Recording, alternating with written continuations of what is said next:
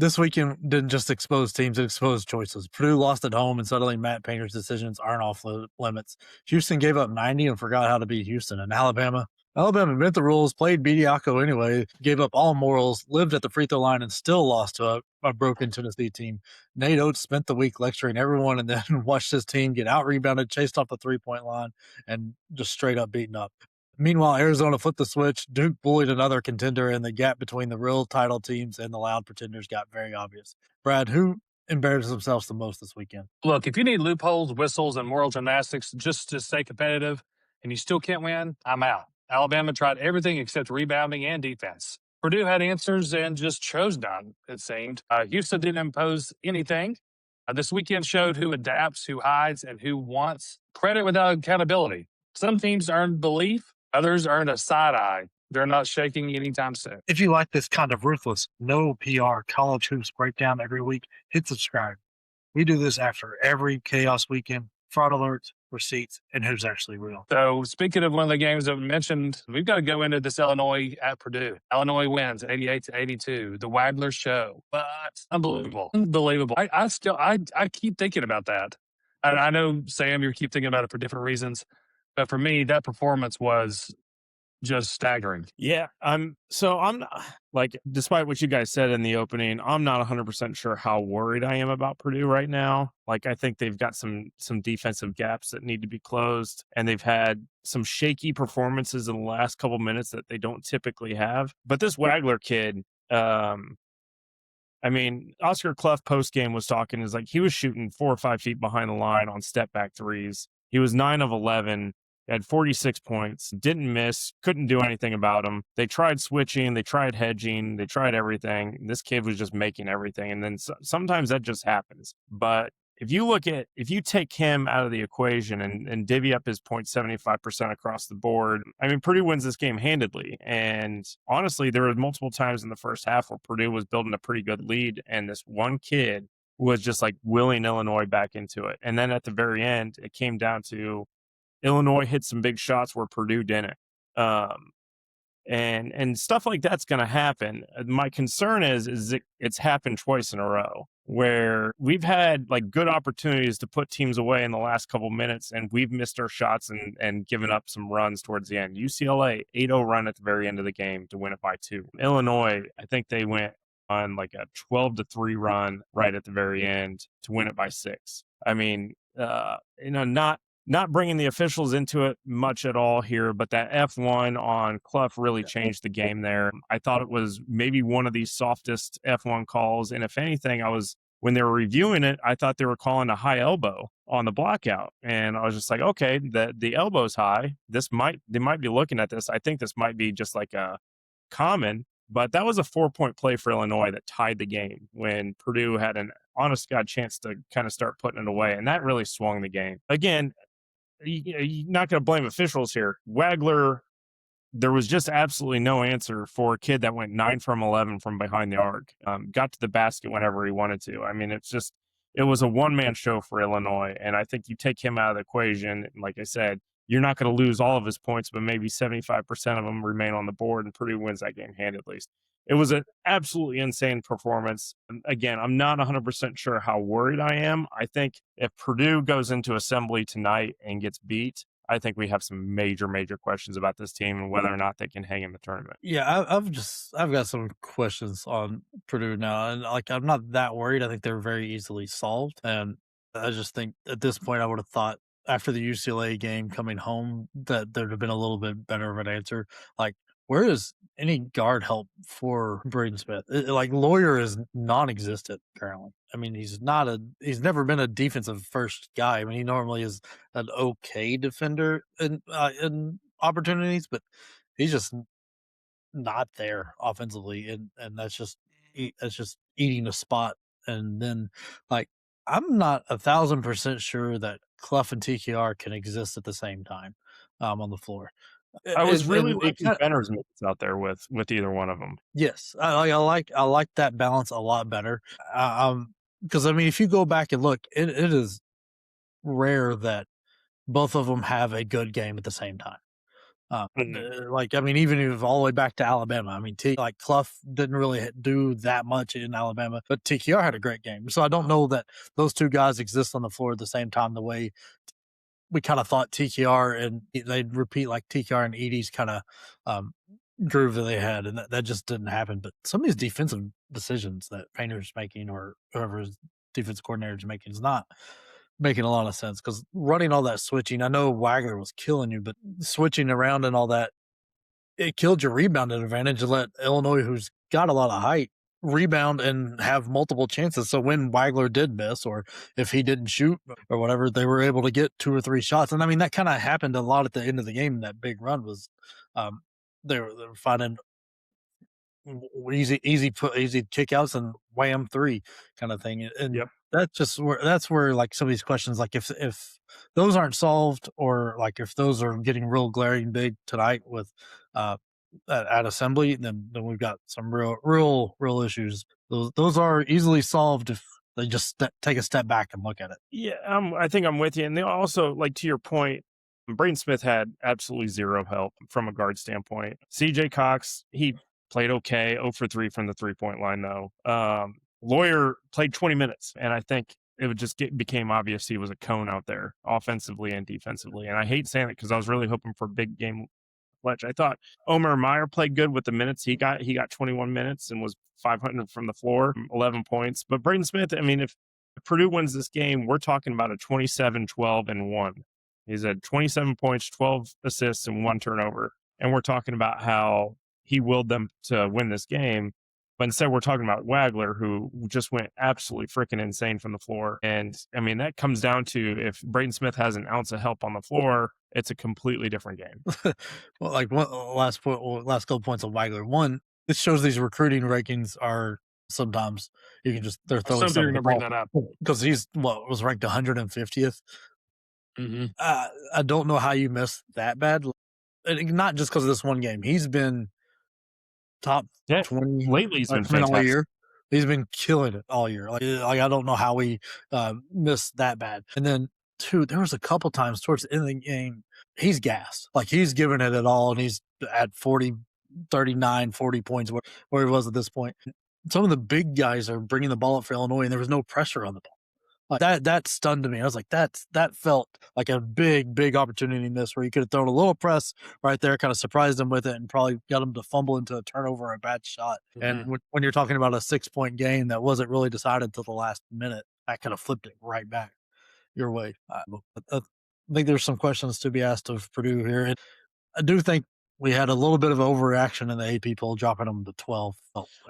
For losing to a top a hair's breadth away from a top 10 team at home by 6. Like, yeah, I thought that was a little bit egregious. Yeah, I'm with you.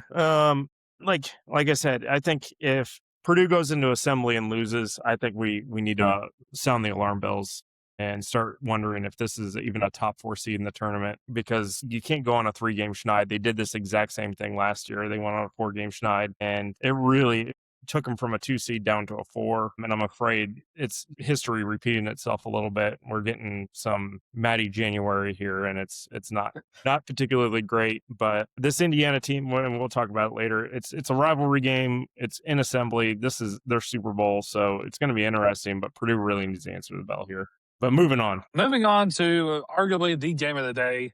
That was Houston at Texas Tech. Texas Tech with a really nice win. Wins 90-86. Fleming's another freshman, just a hell of a day. I mean, this Saturday was insane from freshman production. Historic. You're talking about, like, not to get ahead of ourselves, Nate Ament had a 29-point night where he shot the ball extremely well and isn't even cracking the top 5 of performances. It's unreal. Fleming's was nuts. We talked about Braden Smith not having help. Where was Fleming's help? It was. I mean, he was otherworldly good, but I mean, he was the second-ish recruit. Like, and I think he was in this team. Like, he was ranked well behind Sinek Jr. And I mean, where the heck is he? This was I don't know. This game brought up a lot of questions about Houston to me, because the defense was not there. They gave up 90 in regulation. When's the last time Kelvin Sens's team gave up 90 in regulation? Like, that's doesn't happen often. No, I mean, there was just nothing going defensively. I mean, I get. Uh, I mean, Texas Tech is a very good team and extremely talented, but they've been solved. And you would think somebody coming in with Houston's pedigree on defense. I mean, Sinek Jr. took one shot and made 2 points. And I mean, it's not like he was in foul trouble the whole night. He had 3 fouls. It was just, I don't know what was going on here, but that offense became here, Kingston, please bail us out so quick. They defaulted into that so quick. And that's a giant hole this Houston team has right now. Yeah, it was definitely concerning. But again, these two teams have played each other twice, and they have been two of my favorite games all year. It's like it was borderline emotionally draining the first time where you watched them, and it was just like two heavyweights going toe to toe, and it came down to the wire, and it felt like Texas Tech kind of pissed the game away, and you almost felt like the exact same thing was going to happen, but they got the stops when they needed stops, and they got the buckets when they needed buckets. I mean, JT was an absolute beast. This Texas Tech team, it's like I find a way to bring Purdue back into anything, but it's amazing to me that this Texas Tech team got 30-pieced by Purdue and then came out and played the way they did. I mean, Toppin 31 points, 12 rebounds. Christian Anderson 9 assists.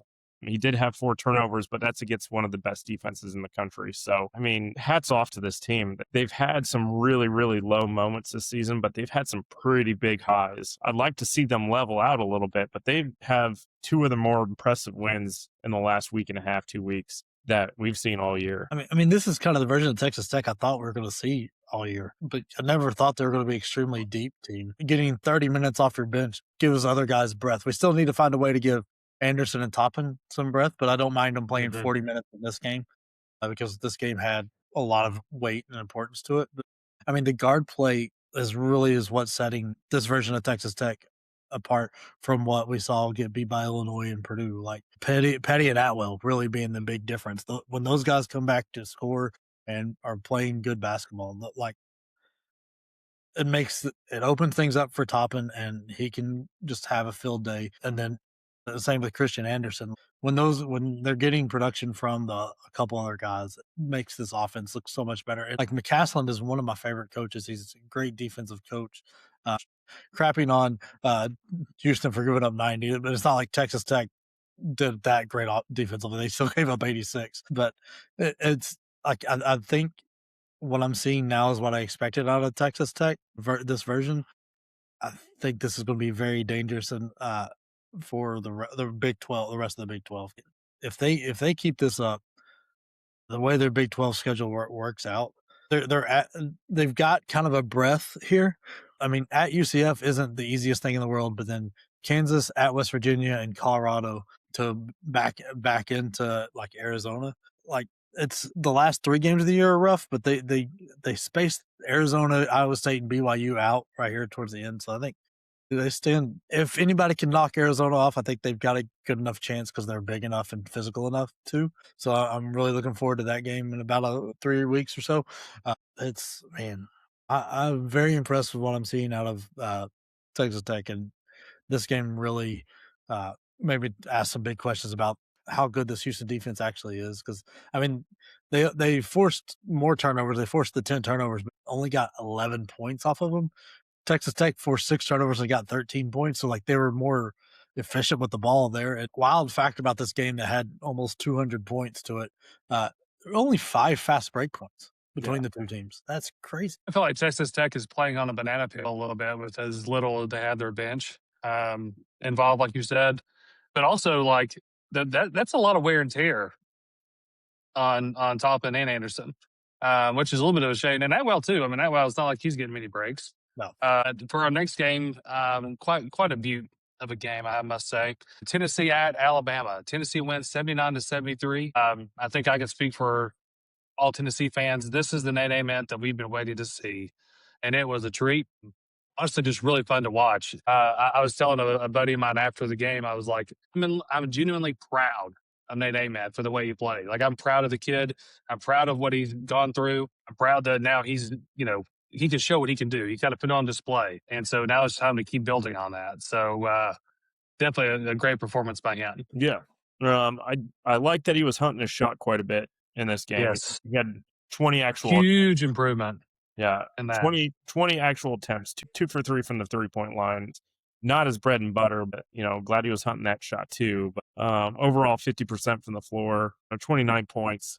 I think I spent 90% of Friday night being wrong about some of these games because I thought Alabama was going to run away with this game. But good on Tennessee. This was a fantastic bounce back game. Alabama is reeling right now, and this was a good shot for Tennessee to get back in the national spotlight, really cement themselves as a tournament team and get them back in the AP. Very, very great game. Loved seeing what I saw out of Tennessee and Nate Ament. It was an amen is what I heard, and it's about damn time. Yeah, like it. I wonder if in practice, like, because they had the whole week off, like Rick Barnes went out and got a bunch of cardboard cutouts of the defenders that have been on Nate Ament and just stacked him next to him. Be like, hey, look, you can turn around and shoot over these guys. They're not even in your way. Or just attempt. And he does that, and it like that mid-range jumper is going. I wish he would realize that at the 3-point arc too. There's a few times I wish he would just rise up and shoot over a small guard that's on him. But hey, I'll take what I can get. If I can get him to hunt his shot, I think he ran out of gas towards the end of the game a little bit. I think so too. But hey, I will take that because you've got a guy out there with Gillespie that is a great partner to have. Who also took 20 shots. And I mean, that's how this Tennessee offense is going to be. You're going to have those, it should be those two guys having the majority of the offense run through, and then guys like Akpara, Estrella, Carey, and that cleaning it up, and then Boswell and Abram or whatever randomly hitting threes in the corner where you just have to respect them. But I mean, I came away thoroughly impressed with everything here. Akpara finally looked aggressive, going after rebounds. I mean, massive block towards the end of the game. I mean, his scoring wasn't that much, but he hit one of the 2 free throws.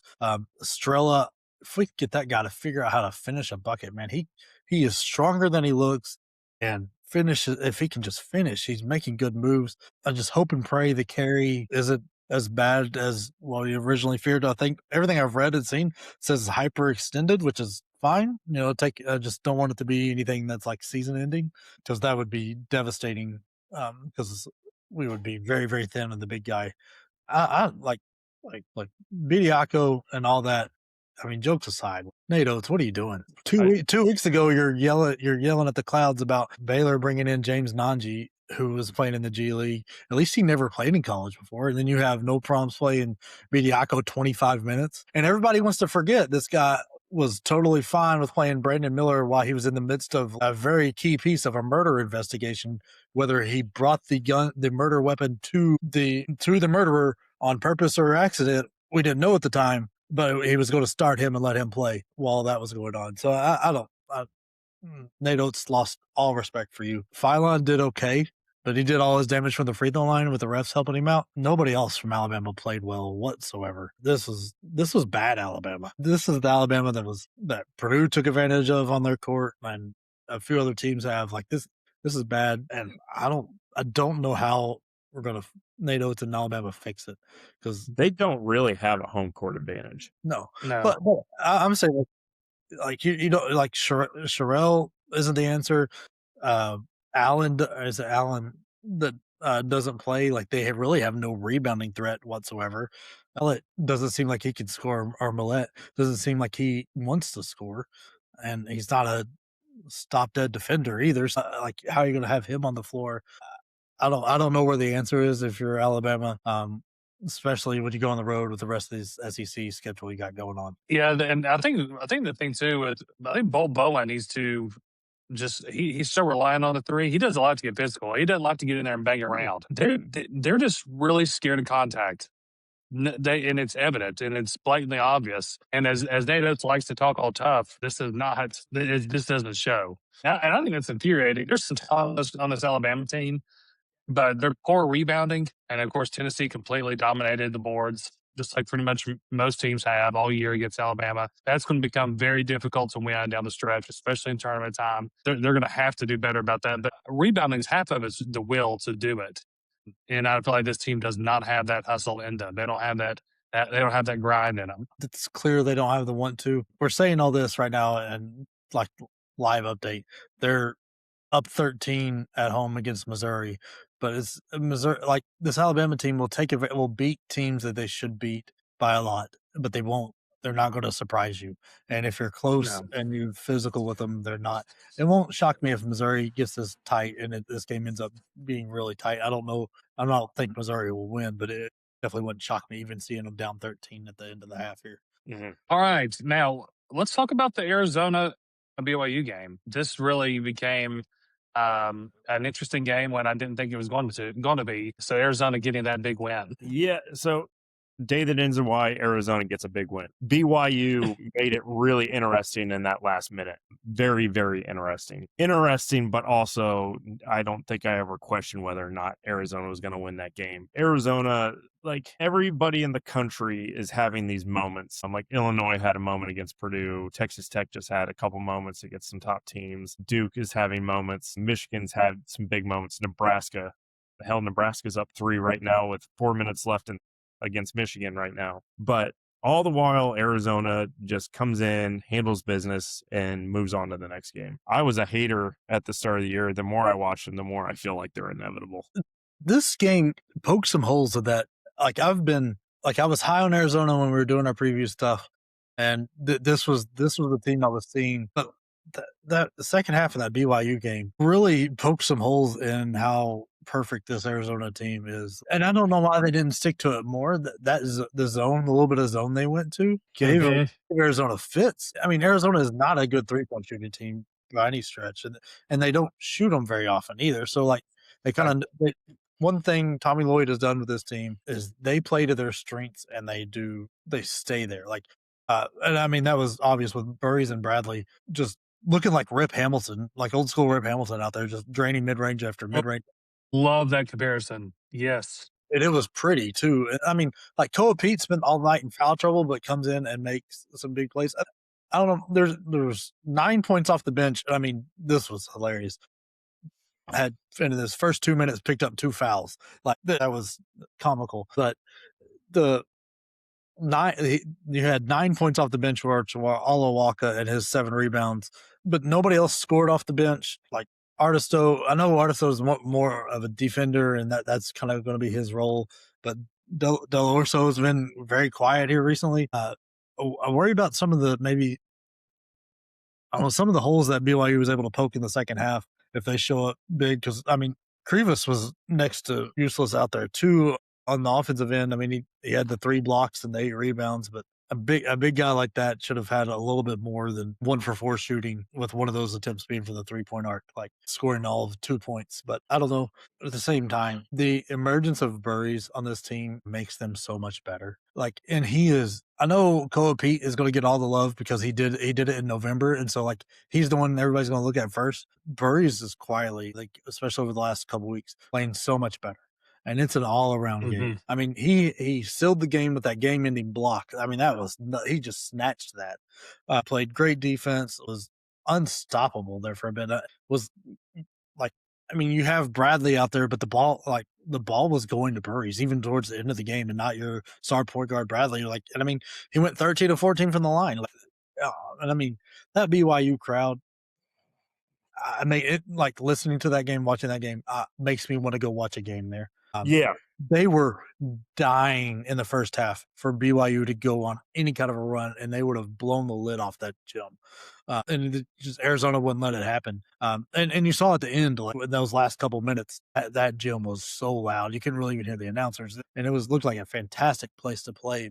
Man, I think DeBance's numbers are going to be a little bit of a lie. I mean, if you don't really dig into it, you see 24, 4, and 5 with a steal. I mean, he does most of his work is getting to the foul line and just being a little bit more athletic. But I think his shot selection, especially in the first half, is very poor. And then the second half, there was times early in the second half, it's not great shot selection, and you're seeing a lot of fadeaway shots and stuff like that. Where I mean, he shot 8 times for the 3-point arc, and that's not in his bag yet. That'll get there. All this is extremely fixable, and he's going to be a top tier NBA player. You can see it written all over him. It's just right now they've got to reel in that shot selection for him, because I mean, shooting 6 of 24 is not gonna. In these top games against Arizona, your Houston, your Texas Tech, and then in March when you're fighting off upsets, you can't be that inefficient. And then, I mean, good sign for BYU, not to be all bad on them. Kennard Davis waking up, that was big. I don't know that guy had hit that many shots all year, and he hit 3 or 5 threes in that game, 5 big threes too. Uh, and he plays good. He's been playing good defense all year and all that, but I don't know that he had made 5 threes all year, and then he goes 5 of 8 there. Like, but that was all in the second half. Like, they've got to figure out how to play the second half twice. Mm-hmm. We've made that joke all year because the first half is Mhm. where that game got away from them. I mean, Arizona really just owned the whole first half and then just kind of coasted on that the rest of the second half and just played it even. I mean, then they end up winning by 1 or 2, 3, whatever it was. I don't know. I came away very impressed with BYU. I thought their defense was good. Like, their offense was like, any of the issues they have is extremely physical. I mean, if fixable. Richie Saunders going absent in the first half after scoring 7 quick points you can't let that happen. And part of that is the shot selection AJ is happening. He's got to keep everybody else involved, and that's how he gets better shots and how the team does better. One thing that you said, Jake, that do you not think that maybe the attention that Koa Pete gets is what opens it up for Braden Burries to do what he could do? I don't know. I don't know, because I mean, especially in the first half, Pete went on the floor. He was on the bench for a good chunk of that. That's true. And I mean, the beginning of the game, the ball was just going to Burries over and over, and they're like, "We're going to do this till you stop it." And at some point, if you're Kevin Young, you've got to shift your defense a little bit. And he's just killing them in the with the mid-range jumper. I don't know, but I mean, if you look back at their last game, West Virginia, he had 22 that night. And he's had almost as many 20-point games. He might even have more 20-point games than Koa has so far. It's just Koa did it on the national stage in a standalone game and prime time against Florida at the beginning of the year. So he got all that love, so that's how it's just viewed now. I don't know. This might be Braden Burries' team. Yeah, I think, and Jaden Bradley too. I mean, he's a special talent. He's going to have a long career at the next level, make a ton of money, and I think he's probably already making a ton of money, but he'll make more money. The team can be tough to beat. They're going to be the ones that let you win. They're not going to give that up very easily. All right, what about the Louisville Duke game? Duke coming away with the win. I've got 3 words for that game, and I'll keep it short, sweet, and to the point. Belt to ass. Yes. Yeah, that's bad. Louisville was terrible. And this was fully healthy Louisville too. So there's no question that it's Duke in the ACC and then a giant gap to whoever is second, whoever you like. I don't know that it matters. But my biggest thing is, this is what struck me, and I'm curious to get y'all's opinion on it. I threw it out there on Twitter, X, whatever it is now too. Is Mikael Brown just Caleb Love all over again? A little bit. I mean, he's not been healthy. And I think when at the start of the year, I think he was showing a lot of promise, and I like I mean, kind of Caleb offer. Love scored a ton too. Yeah, I offer him some grace to get back into healthy. I hated the way Caleb Love played. I loathe the whole live and die by Caleb Love mentality. But I think Mikael Brown, he's starting to get back into the groove a little bit. I think got to offer a little bit of grace. I think this Louisville team was kind of broken without him, and they're learning how to have him again. And I think it's going to take some time. Michigan might have just put the game away right there. Yeah. I mean, the magic of the Nebraska 20-0 run here, absolutely fantastic story of the season. I think they just kind of ran into, it's like an unstoppable force meets immovable object here. And it looks like, depending on a couple free throws here, it might be put away with 16.4, but we'll see. But back to Mikael Brown. I don't think it would have mattered if it was Caleb Love on his best day against this Duke team. Duke came out and posed their will. Mikael Brown, no Mikael Brown wouldn't have mattered for this Louisville. No, I mean, Boozer was incredible. Gomba was everywhere. Evans was scoring. Brown was this team was, hey, there we go. There's a team that's fouling up 3. Way to be smart, Dusty May. But I was just I was saying that because it's unreal how well that works. Yeah. It's unreal. But I was saying that with the Caleb Love comparison because, I felt like Mikael Brown, they brought it close. Conwell hits the 3 to get a 1-point lead, and then he shot him out of the game. He was taking bad shot after bad shot, fade away, forcing things. I know the offense is going through him a little bit. Mm-hmm. I felt like he took them out of that game, and Duke was just I think I can train that you read to your little kids. It was just, here we go. We're not going to slow down. We're not going to go very fast, but we're not going to slow down. And any mistake that Louisville made, and they've done this all year. Just they punish you because it's just going into Boozer and Agomba and just absolutely through your chest into the rim. And then if that doesn't work, they kick it out for a wide open three. Like it's I don't know. Duke, to me, watching that, like I've had my issues with their point guard play, still do, but watching that, they are easily a Final Four. Like it's going to be a big miss if they don't make the Final Four at this point, the way they're playing and the way everything else is going. And you got to have them in that title. Like you can't have a title conversation without them right now. No, absolutely not. Absolutely not. Yeah, and I still think in the way that Shire coaches, they're only going to get better because Yeah. they're all bought in. I can't say the same for this Louisville team. They're not bought in. I think it's pretty evident. I mean, we'll get to this later. I've got some issues with how Kelsey handled that game, especially the end. But I'll just leave that for our bench behavior at the end. That's a well-deserved place for it to be. So let's do some quick hits here. Villanova at UConn. UConn wins 75-67 in overtime. This has got to get old for this UConn team. Just playing around. I mean, they just have they blown out really anybody? Not in a while. Not in a while. It's been a minute. And they're in a 1-point game against Providence right now. They are teetering on the same dangerous slope that Purdue has been teetering on with like letting these teams hang around. And it's bit Purdue twice in the last 2 games. And eventually it's going to bite UConn. They're just happen to be making their shots at the end. I think they just pulled away a little bit. So they've stretched it out to a 7-point lead right now. This is playing with your food 101. And eventually it's going to catch back up to them. This is a weak conference, and they should be dominating. Yeah, what 2.5 bid conference, depending on your view of Villanova. So and I mean, they're struggling with not just Villanova who took them to overtime. They're struggling with this Providence team twice now. They struggled with like DePaul wasn't even convincing, and DePaul is at the bottom of every conference right now. I don't know. And then the Mullins concussion. I mean, it's a good sign that he's on the bench tonight. Like I know he's not playing, but he's at least out there, not like hidden in a dark room somewhere. So maybe the concussion is not as bad as maybe he just misses a game, maybe 2. But I don't know what that offense is without him, really, because he's the only true offensive threat. Because, I mean, Caravan's been off this year. Solo Ball, he had 1 good game so far. But I don't know. It's at some point, the snake's going to bite him. And if it doesn't, it's going to bite him in the NCAA tournament where they don't want it to. And then we had Nebraska at Minnesota. Nebraska winning 76-57. Nebraska, and I still cannot believe this, honestly, is the best team in the Big Ten. They're on the road. They were a 10.5 point dog at Michigan. They're going to lose by 3.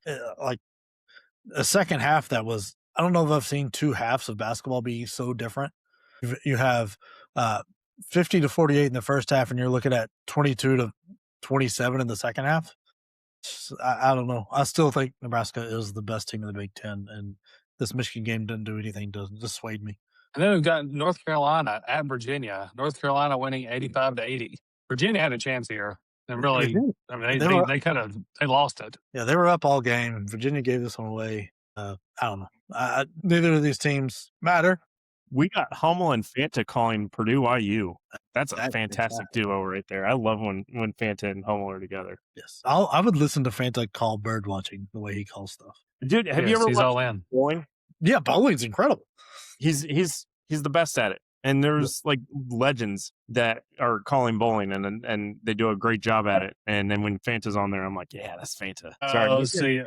Back to Virginia. I said it once, I said it again. They're my least favorite team to watch play basketball. So the less we can talk about Virginia, the better for me. Yeah, I'm with you. Then we had Auburn winning against Florida. Did not see this one coming, and neither did my wallet. Keyshawn Hall is a bad man, and he needs to be talked about more on the national stage. I agree with that. To me, I believe he is if you're seeding players for the SEC Player of the Year with a 1 seed, and it's his for somebody else to take away. Like, the Florida guards, are they like the groundhog? Did they see their shadow and go back and hide? Because they just disappeared. Again. Xavier needs to bring back 99.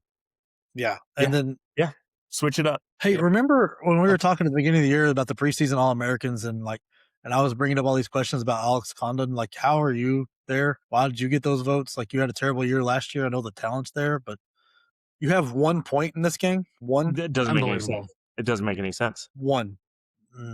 You can't be getting a preseason All-American and have games where you score 1 point that you don't get hurt in the first 5 minutes. Like, that's a disgrace. All the people that voted him for that. That should have been somebody else's honor. Great. Agreed. Then we had LSU at Arkansas. Arkansas winning 85-81. Acuff, pretty talented kid. I mean, he got to put the team on his back. That's about all Arkansas has on a relatively consistent basis to be such an inconsistent team. But they got themselves a win against LSU here. Yep. And they did the same thing with Oklahoma. I mean, he carried them with 21 and 9. I mean, Thomas is alive, I think, too, but I mean, the rest of that team is. So I don't know. I don't know what to make of Arkansas, if I'm honest. I still don't believe in them whatsoever because this Oklahoma team is weak and trash and garbage, and they gave this game away, and it's mainly because Acuff is as good as he is. Like, he's just absolutely fantastic. All right, so I'm locked into Purdue IU right now, so this is that game every year that is, or 2 games every year that just drives me absolutely nuts because somebody from IU is going to shoot 60% from the floor from 3, and it's going to be Tucker DeVries this year. Yeah, who knows? Oh my God, that would be wild. So let's talk about some teams that has cracks in their armor. I think the one that stands out, in a big time way is in the SEC, and that's Vanderbilt. Definitely struggling here lately. They got a big one tonight. Definitely I don't think anybody's going to be there. Yeah, no shit. Yeah. But everybody's frozen out in Nashville. Yeah. P's and T's for all those folks in Nashville and some of those folks that are in a bad way with the ice storm. Vandy is showing a lot of the same kind of holes we talk about with Alabama. They do not want anything physical. They do not want to rebound. They don't want to do anything. Completely agree. Like, they lost those, what was it, 2? They lost to Florida, then turned around, got demolished by Arkansas on the road, and they come back, they beat Mississippi State. Mississippi State's a glorified high school team the way they're playing right now. Just it did nothing to dissuade any of the worries I had after the first couple of losses. They did not shoot that well. They barely out-rebounded a Mississippi State team. They got beat on the O boards. No real bench production. It's I don't like when they get back to some of these bigger SEC battles. I think we're going to see the typical Vandy that we've seen over the last couple of years, where they're a good team and you don't want to play them in Memorial, but outside of that, which means they'll split with Tennessee somehow. And we played them like within just a few weeks of each other. And Vanderbilt's been kind of obviously the metric darling. They've become a bit exposed, but they have a chance here against Kentucky tonight. We'll see how that pans out. If there's an option, I'd rather both of these teams not win. Prove me wrong. What about Gonzaga? Should we start to worry about Gonzaga, or are they just going through the motions, just kind of almost like a monotonous mindset? We're at the point of the year where everybody can just stop watching Gonzaga until the tournament because they're not going to be really tested at all the rest of the season, and their games are uninteresting in my opinion. Like, their non-conference was one of my most favorite non-conference slates that I got to watch because they played everybody and they played everybody well except Michigan. But now we're in this who are they going to play? Mm-hmm. Like that's what's weird right now. Like normally they just smoke through their conference. Like, you had an overtime game with Seattle. I think it was Seattle where that was decided by 8 points. You had at San Diego that was a 6-point game. Then you had some of your typical blowouts where they beat Pepperdine and LMU by 40. Like Santa Clara, kind of thought they like, okay, they woke up, they put those kind of bad games behind them, and then you come around and you see the San Francisco game here where it's a 2-point game where they scored 68 points, and like they still have St. Mary's twice on the schedule, so there's a couple more. Like, I don't know. Like, this was an honest question. Like, should we start worrying about them now? Because are they not as good as what we thought they were at the preseason? Because they're 21-1, and then one is a 40-point loss to Michigan when Michigan was running the world. It's just shocking to me to see so many games decided within 10-ish points for them, especially against the bottom of their conference. I don't know. There's some cracks in the armor. I know they were dealing with some health issues with EK and Huff being in and out and things like that, but I still think the talent level was way too high for what we're seeing out there. I don't know. Like, they could very well be going through the motions. They had such a tough non-conference, and they really aced it outside of one accident game. While you don't even watch the tape. So I don't know how scared I would be, but I do think there's some cracks there to the start. Like, if you're a Gonzaga fan, that you might want to start looking in the mirror to see if they get fixed in time or not. And what about this Georgia team? There was some smoke there to the fire that they were laying down, and they can't play defense. Yeah, they can't stop anybody, and if that offense isn't going at full force, like, I mean, Blue Kane's been absent for a bit, and they've that Wilkinson, and that's it. Like, they can't stop anybody. And this isn't just because of Texas. This is like everything they've done here recently has been bad, especially on the road. Like, they don't travel well, and defense is one of the things that's supposed to travel, and unfortunately, theirs does. Like, because it doesn't get any better. But I mean, they lost to Ole Miss at the buzzer, and it took a buzzer beater to beat Missouri, but then they get drilled by Texas. Um, like the road matchups they have right now, it's not going to go get any easier because at LSU, and LSU's a feisty team. At Oklahoma, at Kentucky, and Mississippi State, like and at Vandy, like those are all very easily losses, and I don't know. I think they've got more cracks than armor. And Texas might be good. Yeah, I mean, Maybe. if you look at No, they're not. Stop. they've got okay, if you include Virginia, who is now ranked, that wasn't ranked when they've got 5 wins against ranked teams this year. And Duke was a 15-point loss, right, at the very beginning of the year. They're like good as in like should probably be in the tournament with an at-large bid with the resume they're putting together. I don't know. I don't know. I still have them out personally, but I mean, if they string together some wins, maybe, but I'd be careful using the G word around Texas right now. Like, what was the quote from Miller? We just foul the shit out of people. So Yeah. I don't know. I'm very reluctant to call Texas good yet. I mean, the only game that there's only been 2 games that they got worked, and that was Duke and Tennessee, who could take out their big guy. But I mean, they've got wins wins over Vandy. They played close to A&M and Kentucky. Sorry, I misspoke earlier. They lost to Virginia and got really beat by Virginia. Like the Mississippi State loss is the big glaring mark there. They beat Alabama. They beat Vandy. They hang with Kentucky. Hang with Texas A&M. I don't know. Just like I said, I think they are at least decent, a lot better than I expected. I definitely they're better than I expected. We'll see. I think they're doing something here. They're doing something right. Let's see how they do against Auburn coming up. All right. So Purdue's up 11-8.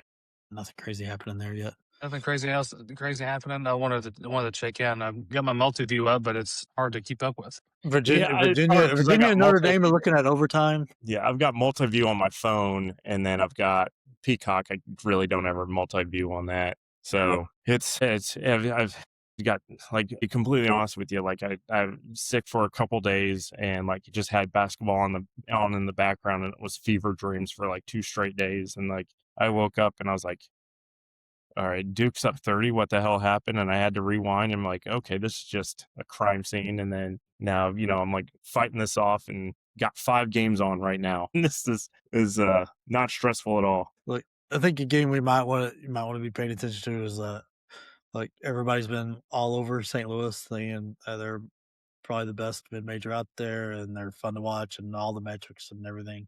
That George Washington is giving it to them right now.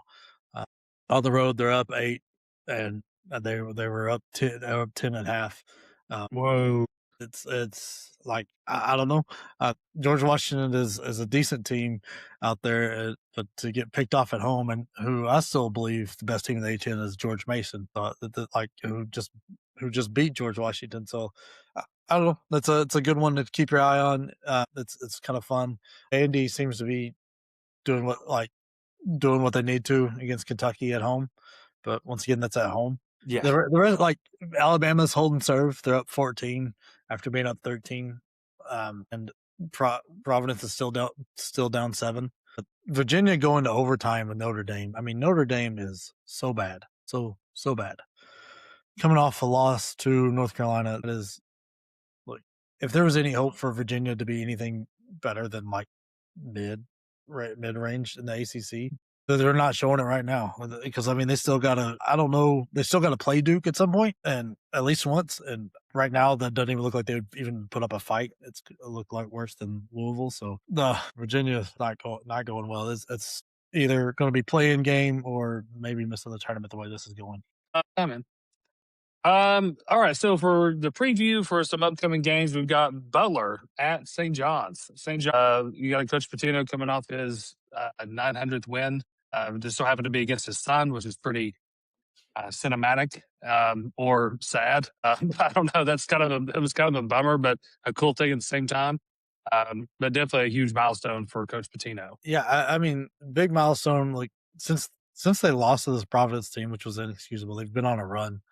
It really seems like they've woken up. I mean, they're laying 12.5. They really covered that against Butler before. Not sure what I would do there, but do we think they're like, are they at their potential or do they have more left? Like that's my biggest question there. Because based off the beginning of the year and the hype and everything they had, you would think they have more left. But what I've seen on the court, I'm not so sure. I think they might be not saying they've peaked, but I don't know how much better they're going to get than like top 20. Yeah, I don't know. There's a whole lot left to get. Like, I don't feel like there's not enough there to make them more of a threat, which is a bummer.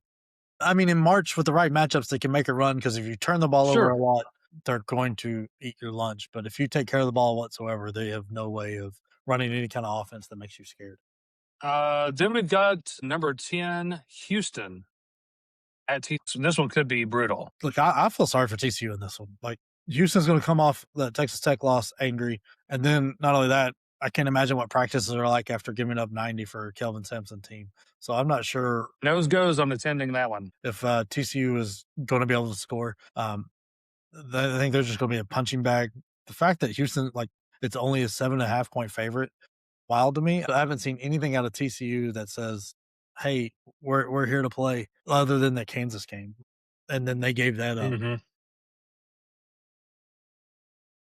I mean, not that I just don't see where TCU is going to find the room to breathe to score to keep this under double digits. I'm all over Houston in this one. I feel sorry for TCU, even though it is at TCU, so maybe it skews a little bit that way. But yeah, TCU is fixing to get abused in this one.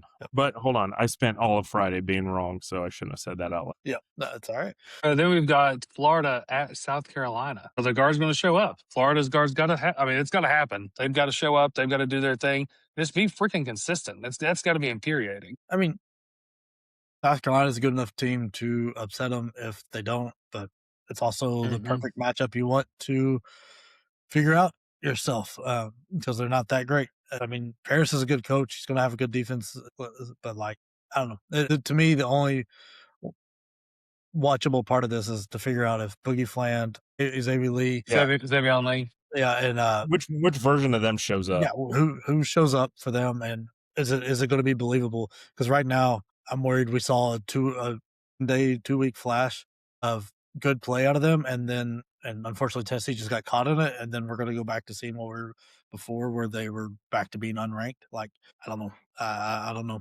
The Florida team has a lot of questions, I think. And so for our next segment here, which I think is going to be an exciting one, just like all of our segments here at Bench Points, is for bench court. Let's hold some court right here and talk about who is the most overrated coach of all time in your eyes. Yeah, that's a hell of a question. It has been bugging me since we really started this agenda.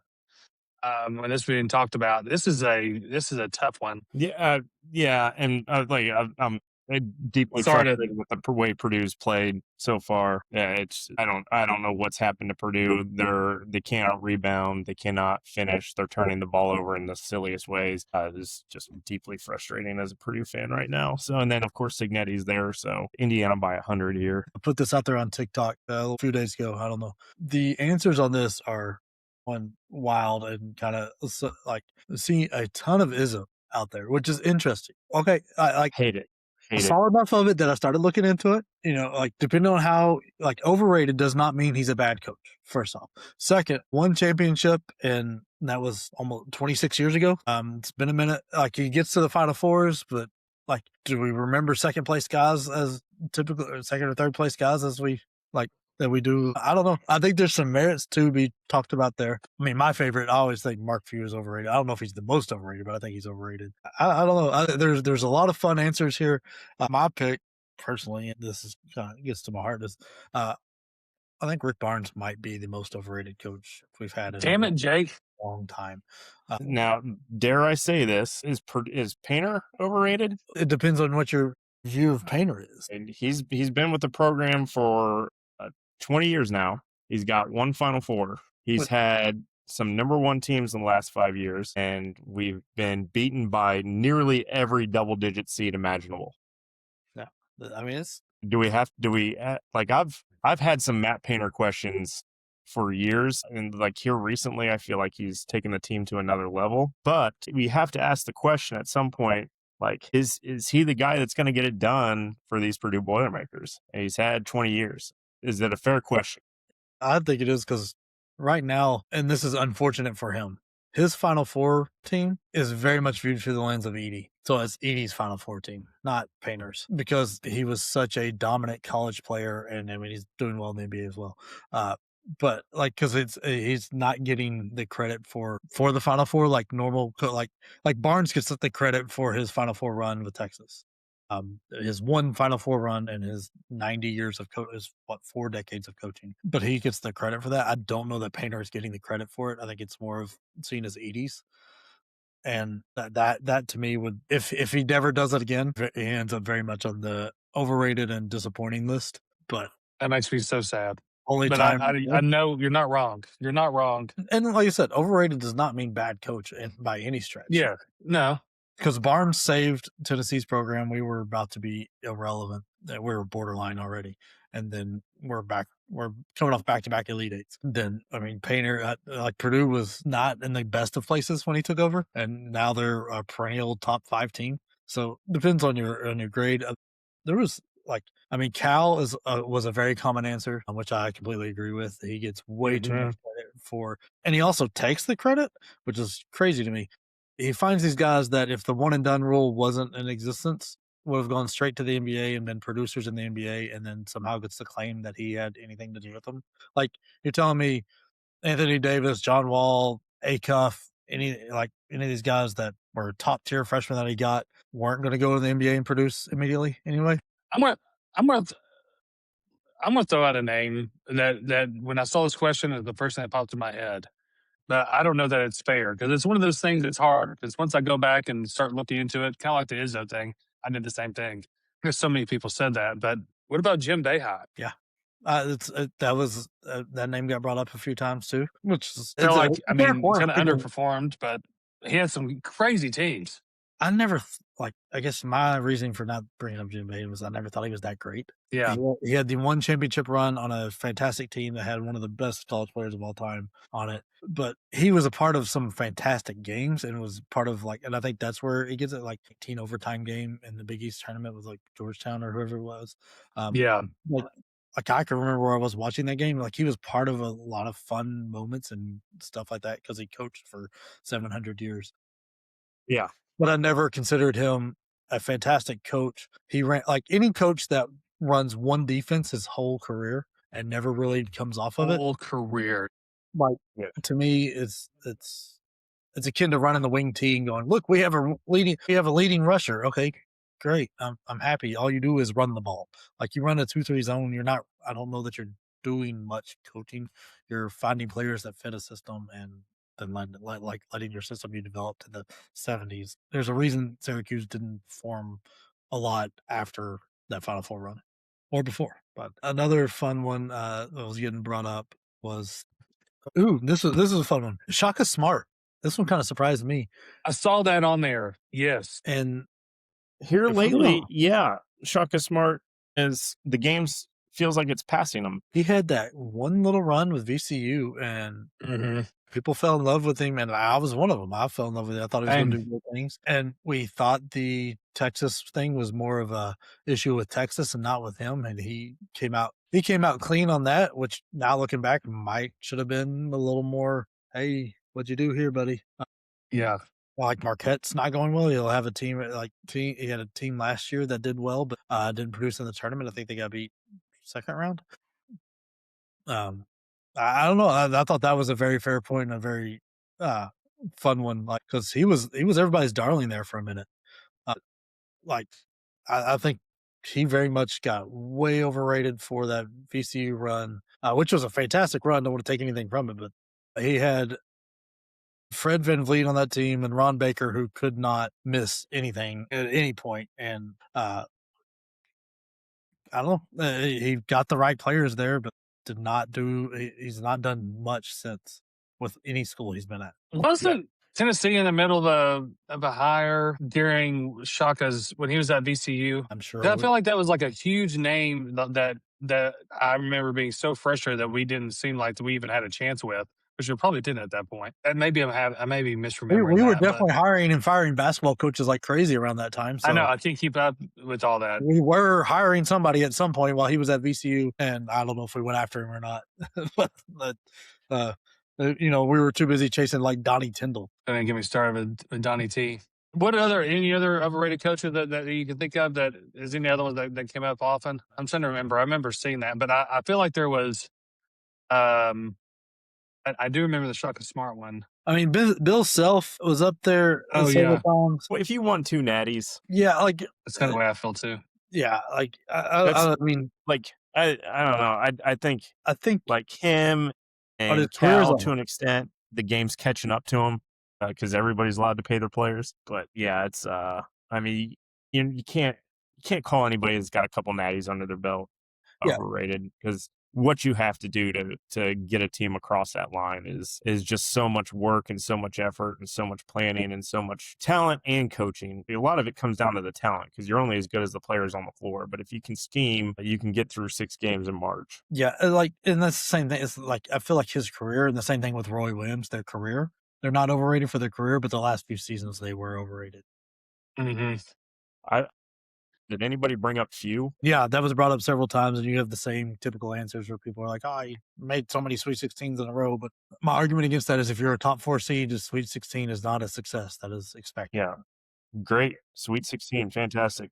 Yep, but not saying he's a bad coach. I'm just saying he gets way too much credit. I mean, there's a lot of ones out there like Hubert Davis and Mike Davis and guys like that are very obviously just bad coaches, and it's like our response typically was, did anybody think they were good? But there were some angry Kentucky fans with Mark Pope, caught some steam for a bit. Yeah, those are the most common ones that weren't just pure rage bait, because anybody throwing like Coach K out there or Bobby Knight feels like pure rage bait.